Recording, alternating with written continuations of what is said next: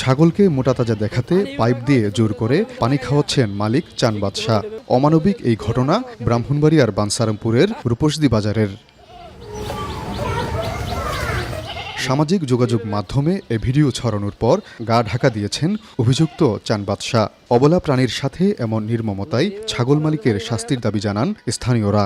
বাজারে দেখছি ছাগলের নল দিয়ে পানি খাওয়ায়, এগুলা অমানবিক কাজ। আমরা বাড়িতে ছাগল কিনে আনলে অসুস্থ হয় এবং মারা যায়। তারা যান কিনে আনে বাড়িতে আসা পরে এটা মারা যায়। এটা যে প্রশাসনে ব্যবস্থা নেয়। তবে অভিযুক্ত চান বাদশার ভাতিজার দাবি, অন্য ব্যবসায়ীর কাছ থেকে ছাগলটি কেনার পর কোনো খাবার না খাওয়ায় জোর করে পানি পান করানো হয় ছাগলটিকে। ছাগলটা একদমই শুকনা দেখা যায়। এখন 1 লিটার বা 2 লিটার পানি খাওয়াইলে ছাগলটা একটু তাজা দেখা যায়, তখন ওনারা তাদের ন্যায্য দামটা একটু পায় আর কি।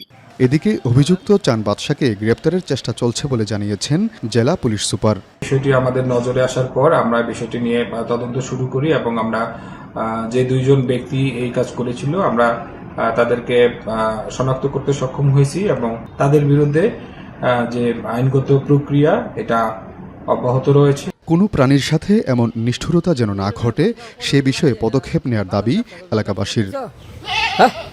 আজিজুল সঞ্চয়, এখন ব্রাহ্মণবাড়িয়া।